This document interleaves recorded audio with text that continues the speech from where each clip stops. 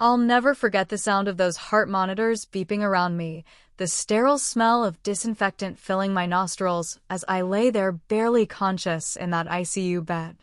My body was shutting down, kidney failure hitting me like a freight train at 32 years old. But what cut deeper than any physical pain was hearing my mother-in-law Margaret's voice cutting through the haze of my medication-induced fog. "Honestly, Richard," she whispered to my husband, thinking I couldn't hear, "maybe it would be better if she just, died already. Then you could find someone who actually deserves you." The machines kept beeping, but something inside me cracked that had nothing to do with my failing organs. Let me take you back to where this nightmare really began, because Margaret Walsh didn't just suddenly decide she wanted me dead.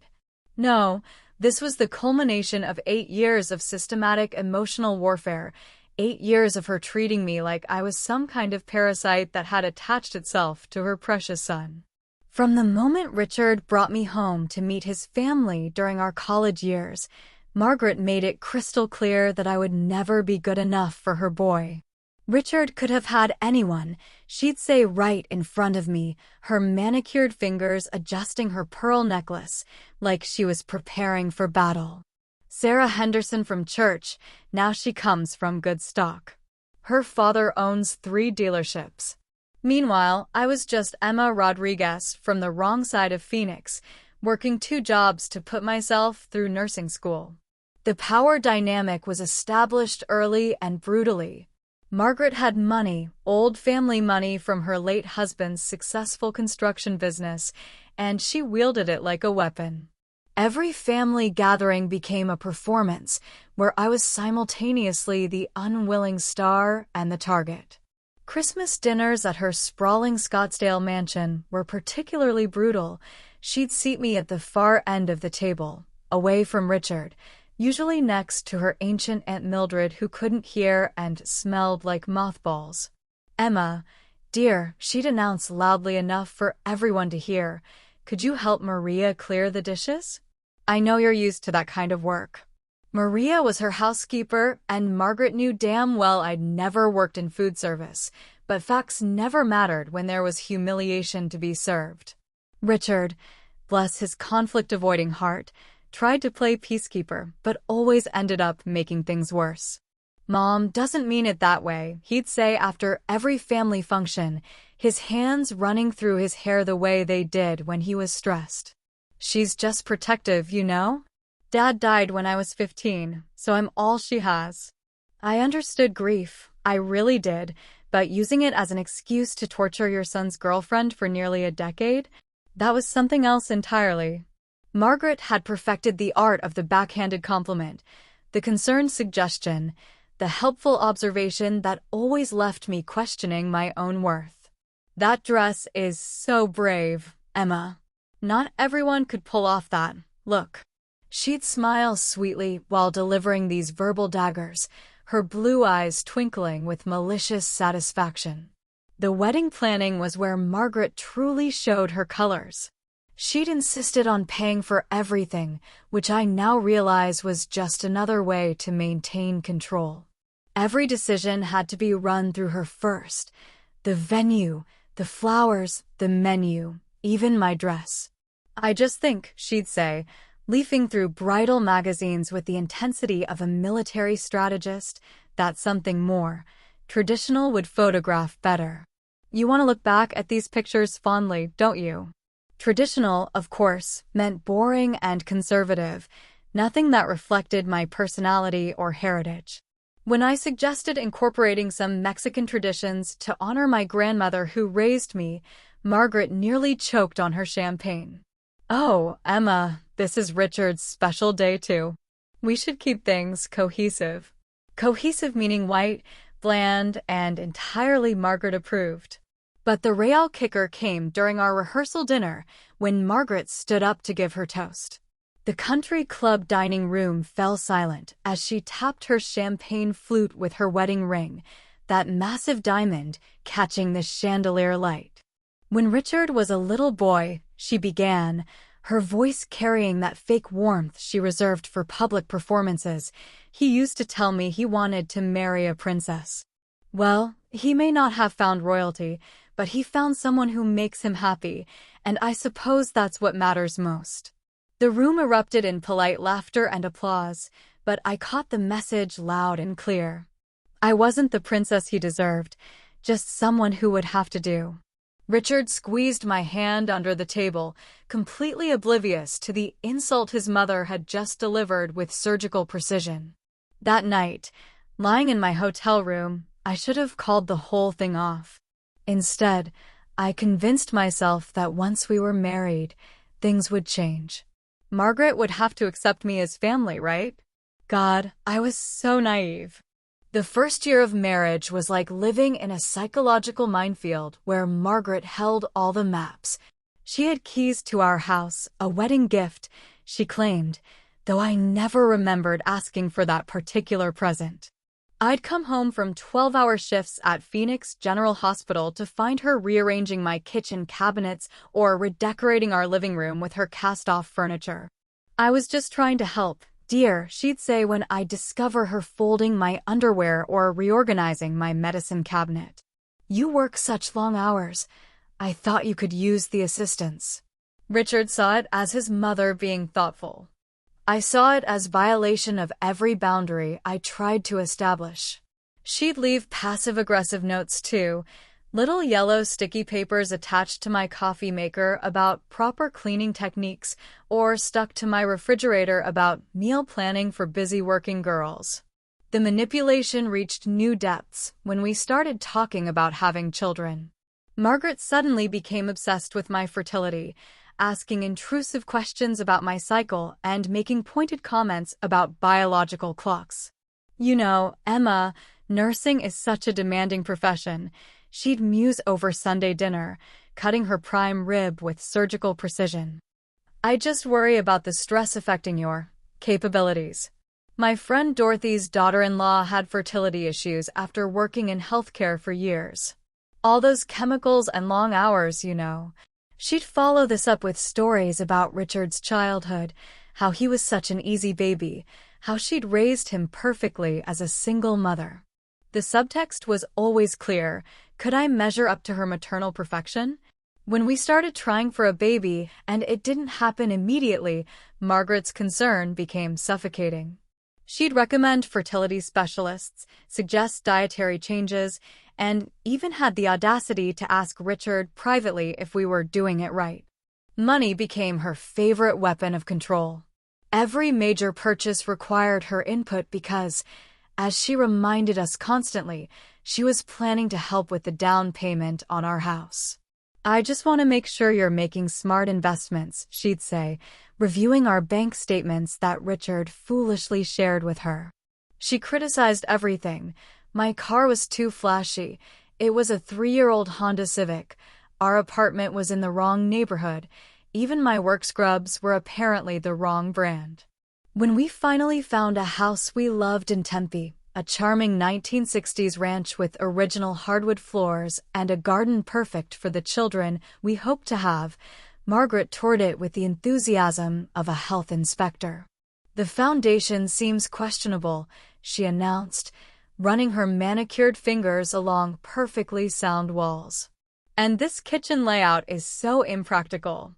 Are you sure this is wise? She withdrew her offer to help with the down payment the next day. The fertility struggles became Margaret's opportunity to really twist the knife. After 18 months of trying and 2 miscarriages that devastated me, she started making suggestions about adoption, not because she supported it, but because she wanted me to know I was failing at the most basic female function. My bridge club friend Martha adopted from Guatemala, she'd say over coffee, stirring her cup with deliberate slowness. Of course, it's not the same as having your own blood, but some women just aren't built for childbearing. There's no shame in accepting your limitations. The worst part was how she'd comfort Richard about our losses while completely ignoring my grief. I'd catch her holding his hand, whispering about how difficult this must be for him, how she understood his disappointment. Never once did she acknowledge that I was the one whose body was failing, whose dreams were crumbling with each negative pregnancy test. Work became my sanctuary, the one place Margaret couldn't reach me directly. But even there, her influence followed like a toxic shadow. She'd call Richard during my shifts with emergencies that required his immediate attention. A leaky faucet, a strange noise in her car, chest pains that mysteriously disappeared the moment he arrived. These calls always came during the most critical moments of my workday, pulling his support away when I needed it most. My colleagues started noticing the pattern. "Girl, your mother-in-law is something else," my charge nurse Keisha would say, shaking her head as Richard's phone buzzed for the third time during our morning briefing. "She's training him like a dog with those fake emergencies." I tried to explain it to Richard, but he couldn't see the manipulation. "She's getting older, Emma. She's scared and alone in that big house. Can't we just be patient with her?" The breaking point should have come during Richard's 31st birthday party, when Margaret decided to give a speech that was really a character assassination disguised as maternal love. Standing in her backyard, surrounded by Richard's friends and colleagues, she painted a picture of her son as this helpless man-child who needed constant care and guidance. "Richard has always been so trusting," she said, her voice carrying across the perfectly manicured lawn, "sometimes too trusting, if you know what I mean. He sees the best in everyone, even when others might take advantage of that generous spirit." She looked directly at me when she said it, and I felt 40 pairs of eyes following her gaze. I just pray that the people in his life appreciate what a rare gem he is and don't take his kindness for granted. The applause that followed felt like slaps across my face. Richard, completely oblivious to the subtext, kissed his mother's cheek and thanked her for always looking out for him. I excused myself to the bathroom and cried for 20 minutes, wondering how much more I could take. The diagnosis changed everything, but not in the way I expected. When Dr. Martinez sat us down in his office that Tuesday morning and explained that my kidneys were failing due to a rare autoimmune condition, I thought maybe this would be the wake-up call that brought our family together. The medical terminology washed over me like a foreign language: chronic glomerulonephritis, progressive renal failure, dialysis, transplant waiting lists. Richard held my hand so tightly I thought he might break my fingers, and for a moment, I felt hopeful that this crisis might finally show Margaret what really mattered. I was so wrong, it's almost laughable now. Her first question when Richard called to tell her wasn't about my prognosis or how I was feeling. It was about our health insurance and whether this would affect Richard's career prospects. "This is just such terrible timing," she said, her voice carrying through the phone speaker. "Richard just got that promotion, and now this." These things always happen to the most successful people. The months leading up to my hospitalization were a masterclass in psychological warfare disguised as concern. Margaret would arrive at our house unannounced with casseroles and cleaning supplies, treating me like an invalid even though I was still working and functioning normally most days. "You just rest, dear," she'd say, pushing me aside to scrub counters that were already clean. "You need to conserve your energy." But her version of helping always came with commentary about how this illness was probably stress-related, how maybe I'd been pushing myself too hard with work, how some people just couldn't handle the pressure of modern life. She started researching experimental treatments and alternative therapies, printing out articles and leaving them on our kitchen table with little notes. "Thought you might find this interesting. Green tea enemas have shown promising results in some studies." The articles were always from questionable sources, and the treatments were either debunked or dangerous, but she presented them like medical gospel. The family meetings about my treatment plan were where Margaret really showed her true colors. She positioned herself as Richard's primary support system, the expert who would guide him through this difficult time.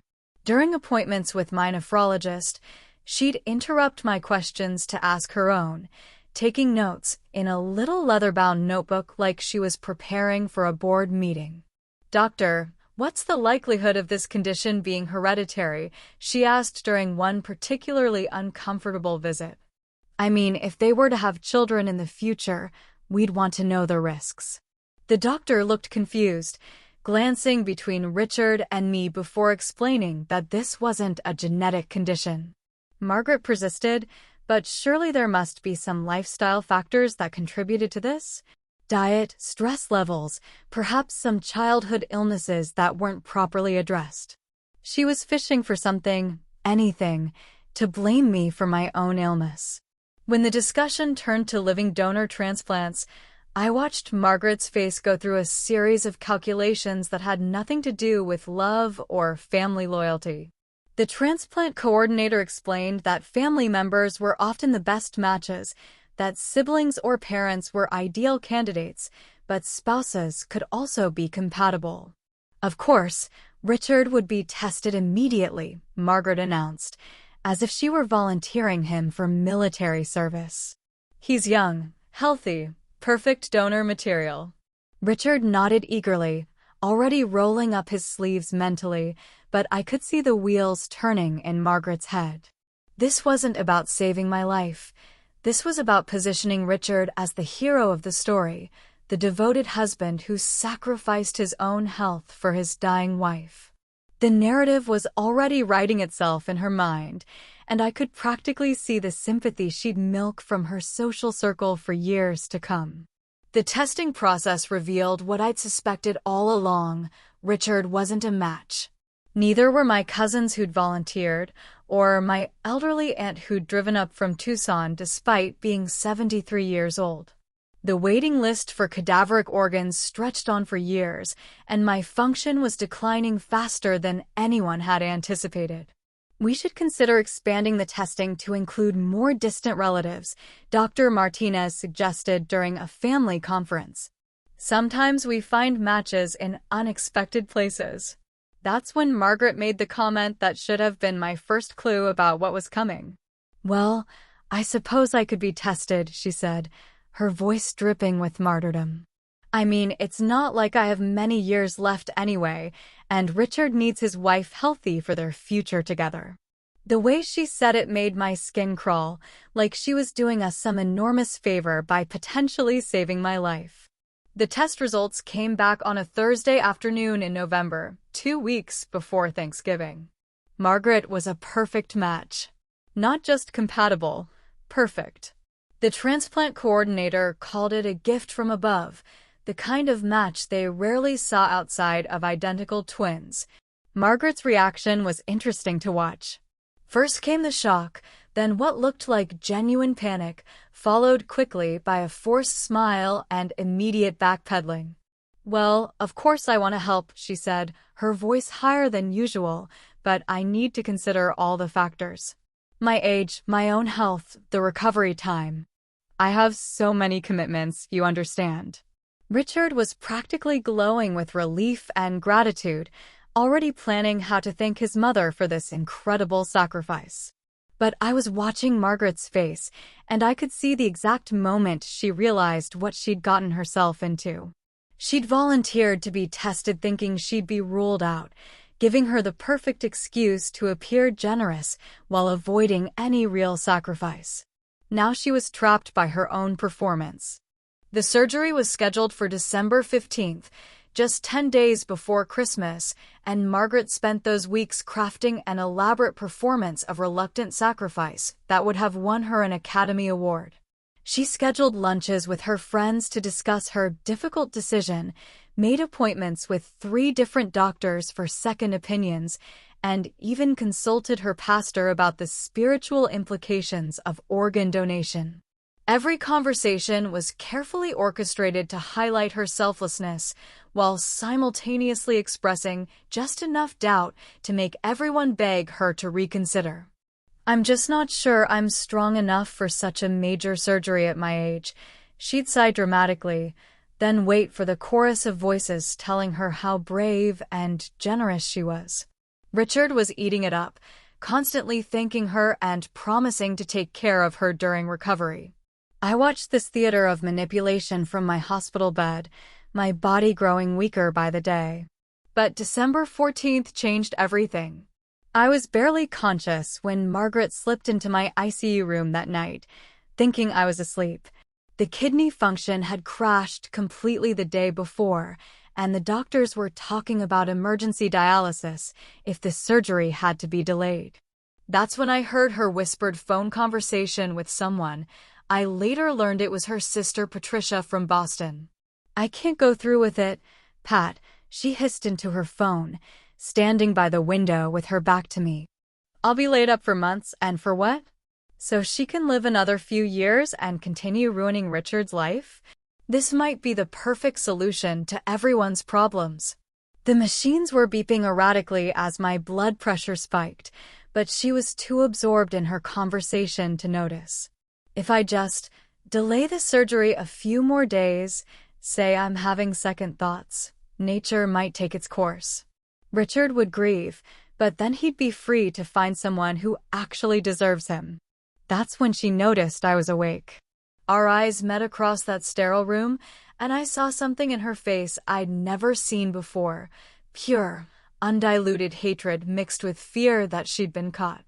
"Emma, dear," she said, quickly ending her call and approaching my bed with fake concern, "you look terrible. Maybe you should just rest. Don't fight this so hard, sweetheart. Sometimes it's better to just let go." The way she said it, with her hand moving toward the call button for the nurses, made my blood run cold. "Richard will be fine, you know. He's stronger than you think. And I'll take good care of him, like I always have." She leaned closer, her voice dropping to a whisper. "Just close your eyes, Emma. Stop fighting. Just die already and let my son be happy." She thought I was too weak to respond, too sick to remember, too close to death to matter anymore. What Margaret didn't know was that I'd been recording everything on my phone for weeks. The ICU allowed phones for patients to stay connected with family, and I'd started documenting her visits after noticing how differently she acted when Richard wasn't around. Her confession about delaying the surgery, her suggestion that I should just give up and die, it was all there, crystal clear on the recording. But more importantly, what she didn't know was that I'd been researching her financial situation during my long hours of insomnia in that hospital bed. Margaret Walsh, with her designer clothes and her luxury car and her country club membership, was broke. The construction business had been hemorrhaging money for years. The house was mortgaged to the hilt, and she'd been living off credit cards and Richard's generosity. The woman who'd spent 8 years making me feel like a gold digger was actually the one bleeding our family dry. The morning of December 15th, Margaret didn't show up for the pre-op appointment. Richard was frantic, calling her house, her friends, even driving over to check on her. She finally answered her phone at noon, claiming she'd had a panic attack and needed more time to think. "I'm just so scared, Richard," she sobbed convincingly. "What if something goes wrong? What if I don't survive the surgery? You could lose both of us." The transplant team was understanding but firm. If she couldn't commit today, they'd have to put me back on the waiting list and hope for a cadaveric donor. My nephrologist estimated I had maybe weeks without a transplant. Richard was devastated, torn between respecting his mother's fears and watching his wife die. That's when I made the decision that changed everything. I asked Richard to step outside, and I called Margaret myself. "Margaret," I said when she answered, my voice stronger than it had been in weeks, "I know what you're doing, and I know why you're doing it. But here's what you don't know. I've been researching your finances, and I've been recording our conversations. That beautiful house you're so proud of? It's going into foreclosure next month. Those credit cards you've been maxing out? The bills are piling up. You need this surgery as much as I do, because you need Richard to keep supporting you, and he won't do that if I die on your watch. But more than that, you need to know that I'm not the helpless little girl you've been tormenting for 8 years. I'm a critical care nurse who survived poverty, racism, and your psychological abuse. I'm stronger than you ever imagined, and I'm not going anywhere. The silence on the other end told me everything I needed to know. So here's what's going to happen, Margaret. You're going to show up for that surgery this afternoon. You're going to save my life, and then we're going to have a very long conversation about how things are going to change in this family. Because I have recordings of everything, including your little confession last night about wanting me to just die already. And if you think I won't use them, you clearly don't know who you're dealing with. The surgery went perfectly. Margaret's kidney functioned beautifully in my body, and 3 months later, I was healthier than I'd been in years. But the real healing happened during our recovery, when I finally showed Richard the recordings and the financial documents I'd uncovered. The man who'd spent 8 years defending his mother's behavior finally saw her for who she really was. Margaret, faced with the choice between losing her son forever or accepting me as an equal member of the family, chose survival. She moved into a modest apartment, got a job at a local department store, and slowly began the long process of earning back the respect she'd thrown away. And me? I learned that sometimes the best revenge isn't getting even, it's getting stronger, getting smarter, and getting the last word. Every day I wake up with Margaret's kidney keeping me alive. I'm reminded that the woman who tried to destroy me literally gave me the gift of life. The irony isn't lost on either of us, and that's exactly how I like it.